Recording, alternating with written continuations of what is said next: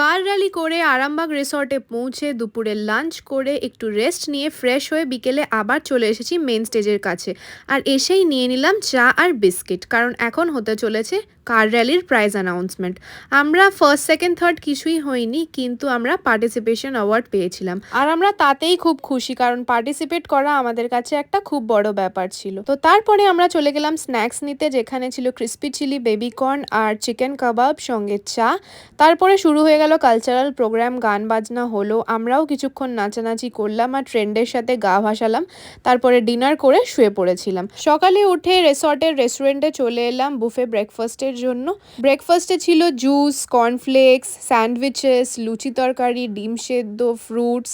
আমরা নিয়ে নিলাম স্যান্ডউইচেস সঙ্গে ডিম সেদ্ধ, জুস, আর আমি নিয়েছিলাম লুচি তরকারি। তারপরে আমরা রেডি হয়ে রওনা দিলাম বাড়ির দিকে। এরম আরো সুন্দর সুন্দর ভ্লগ দেখতে হলে ফলো করে দিও। বাই।